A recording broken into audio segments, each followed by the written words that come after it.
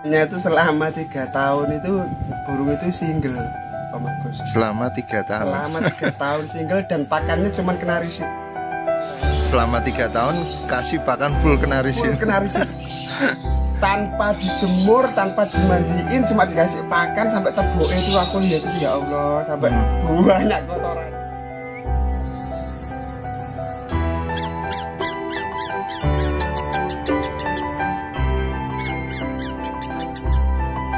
Baik Mas, ketika gombes itu di tempat rumah Bapak, Di rumah temannya Bapak. Nah, setelah itu kok bisa ke Mas Sanjaya?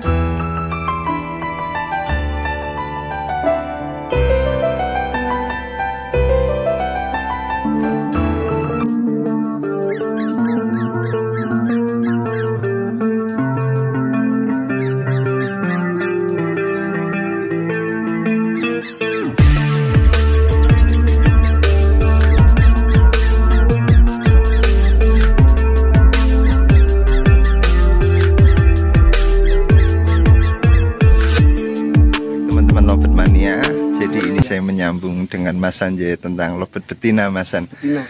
Masan, aku penasaran sama yang betina konslet itu siapa? Dargombes. Dargombes. Dargombes itu cerita awalnya seperti apa, Masan? Burung Dargombes itu awalnya itu burung masteran. Burung masteran, waktu itu burung itu tak pinjam ke bapak buat masteran. Terus sama bapak, murahnya bapak kan lagi dijual. Dipinjam ke temennya. Nah, waktu dipinjam ke temennya itu selama 3 tahun itu burung itu single, Om Agus. Selama 3 tahun. Selama 3 tahun single dan pakannya cuma kena risit. Kena risit full? Iya, full kena risit. Karena waktu itu temennya bapak butuhnya bunyi. Burung itu butuhnya bunyi, ya akhirnya dikasih makan kena risit aja. Awal-awalnya seperti itu, Mas? Dengan suara kayak... Enggak. Awalnya dulu itu normal kok, Om Agus. Burung itu suaranya itu normal, konslet normal. Cuman beliau enggak tahu kalau itu konslet atau enggak, itu enggak tahu. Taunya bunyi. Awal-awalnya emang sudah konslet? Vector. Oh, vector. Ya, cuma bunyi-bunyi aja buat masteran buat aja. masteran murai? Murai. Oh, buat masteran murai. Buat masteran murai. Selama 3 tahun kasih pakan full kena risit? Full kena risit. Tanpa dijemur, tanpa dimandiin, cuma dikasih pakan sampai teboke itu aku lihat itu ya Allah, sampai banyak kotorannya itu. Gitu. Taunya bunyi. Gitu. Baik, Mas. Ketika gombes itu di tempat rumah Bapak, di rumah temennya Bapak. Nah, setelah itu kok bisa ke Mas Sanjaya? Nah, waktu itu kan temennya Bapak kan ya kenal saya gitu loh. Istrinya tuh waktu main ke rumah itu, istrinya temennya bapak bilang, Le itu burungnya ambil medeni wong suaranya gitu. Loh, nakutin gimana boleh? Jadi burung itu bunyinya kayak kuntilanak gitu loh, Mas. Ngik loh, kok bisa kayak gitu. Akhirnya aku main ke sana, waduh ini udah kebablasan, aku bilang gitu. Ya namanya temennya bapak kan bukan orang lovebird ya, Om Agus ya. Jadi beliau enggak tahu kalau itu udah akut. Akut gitu. Konsletnya sudah akut. Udah kronis, Mas. Udah kronis, Om Agus. Baik. Terus setelah jenengan ambil ini dengan tujuan atau penanganannya seperti apa? Karena bulenya itu takut atau memang jenengan ada ini harusnya ditanganin seperti ini gitu, Masan? Waktu saya ambil itu saya sempat ngobrol sama temennya bapak waktu itu. Emang burung ini kok bisa sampai seperti ini gimana, Om? Gitu kan. Ya taunya bunyi dan single. Oh, akhirnya saya ambil, saya ternak sekarang. Oh, langsung masuk ternak. Iya, langsung masuk kandang ternak. Itu tujuannya Masan untuk apa, Mas? Untuk masuk ke kandang ternak itu? Untuk muasin dia jadi indukan aja, Om, karena 3 tahun loh, Om. Dia single, Om. Kasihan. Oh, berarti jenengan untuk normalin dulu. Normalin, kepengen berharap untuk normalin aja. Oh, gitu. Baik, Masan, ini cerita singkat dari gombesnya, Masan ya. Baik, Masan. Masan, kalau saya lihat dari Mas Sanjaya ini kan rata-rata lovebird betina yang jenengan proses di tempatnya Masan. Ini kadang-kadang kok betina semua di kandang kotak sendirian semua, Mas? Iya, karena itu apa ya, Mas ya, aku pengen maksimalin birainya sama gacornya aja. Selalu di kandang kotak dulu? Selalu di kandang kotak.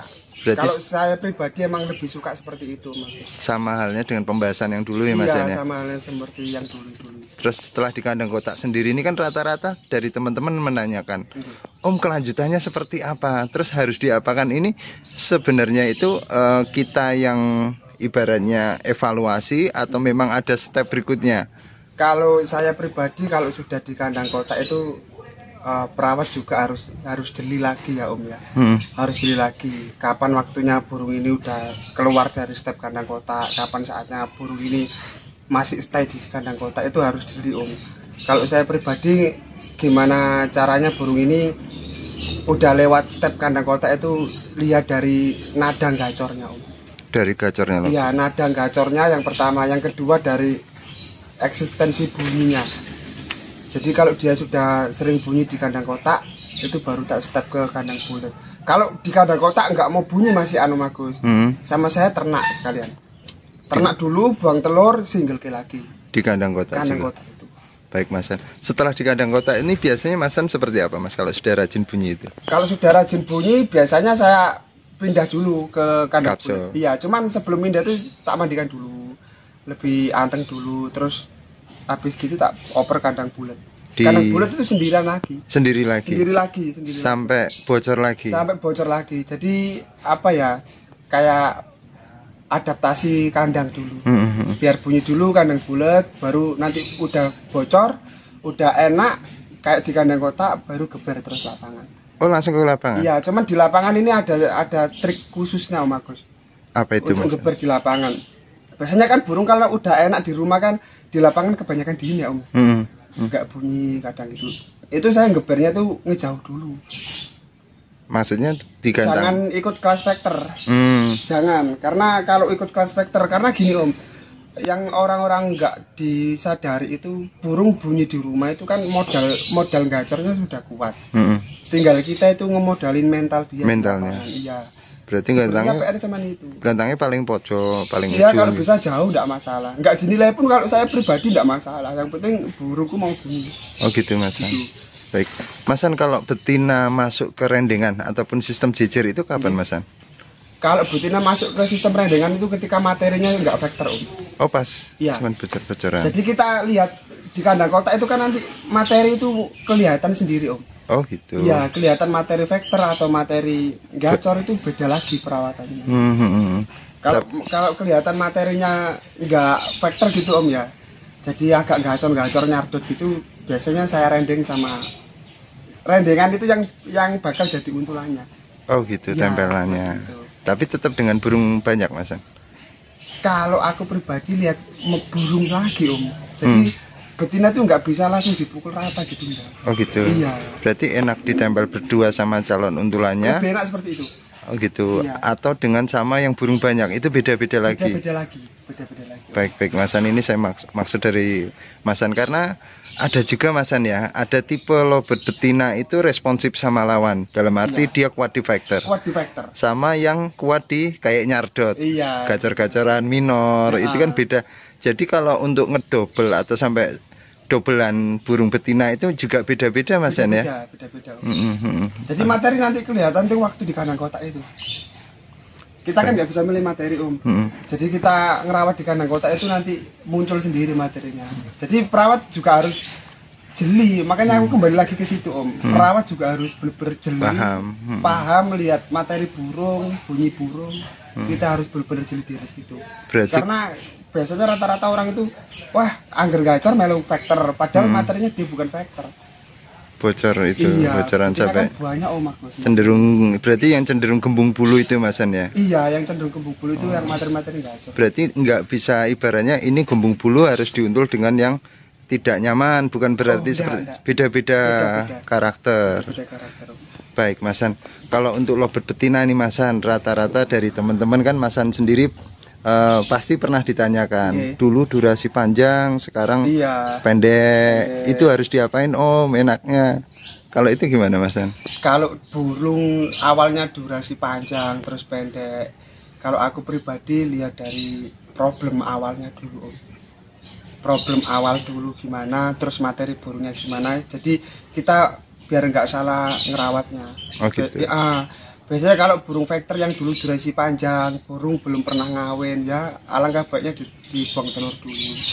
seperti itu. Biasanya durasi panjang terus tiba-tiba pendek itu masalah betina itu cuma dibirahi kok Om. Birahi.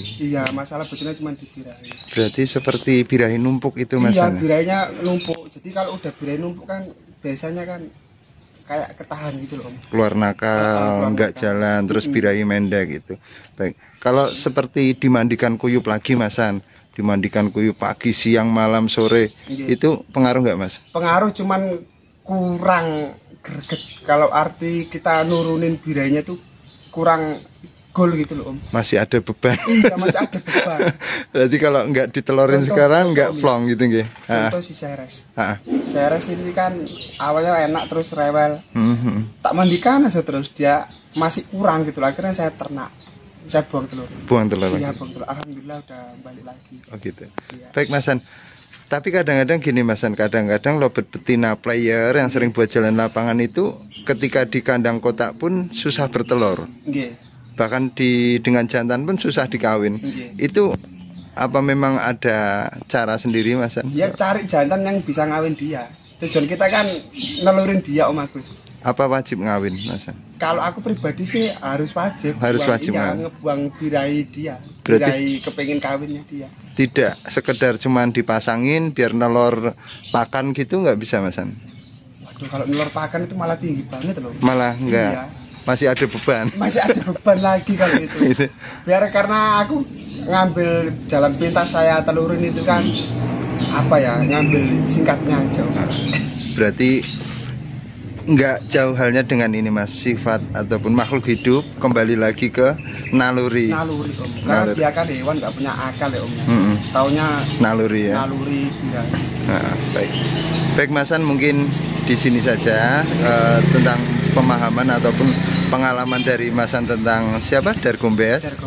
Dan juga perawatan lobet betina Masan ini sebenarnya memang ibaratnya tidak menjadi beban di birahinya lobet, yaitu dengan yang pasti pokoknya buang telur dulu, biar sifat nakalnya. Jadi nanti habis buang telur itu kita ngesetnya gampang Mas. Lebih mudah. Lebih mudah ngesetnya lagi. Baik. Kalau misalkan durasi setelah di kandang kotak itu nggak terlalu molor-molor, ada caranya lagi Mas? Langsung aja udah pindah kandang bulat, mandikan terus kalau udah buang telur. Pagi, malam. Pagi, siang, sore udah. Penjemuran pakai Mas? Enggak pakai. Enggak pakai. Baik Mas. Pokoknya saya ini tipe pemain yang jarang suka jemur. Non jemur. Iya. Baik. Masan ini terima kasih sekali. Semoga jenengan beserta keluarga semuanya sehat selalu dan tetap ciptakan lobet-lobet yang berkualitas. Masan mungkin buat teman-teman yang di Kudus ini ramaikan khusus lobet biar semakin semarak. Yang pasti semakin mentalnya jadi Masan. Jangan sampai kita ketika ada lobet konslet kita mundur semua. Yang kalau bisa untuk motivasi. Gitu Masan. Kita tanpa ada lobet konslet di lapangan kita sulit untuk melatih burung. Gitu Mas. Iya, karena saya pribadi kalau geber di lapangan berharap ada burung konslet. Gitu Mas. Iya. Matur nuwun Mas. Assalamualaikum. Waalaikumsalam.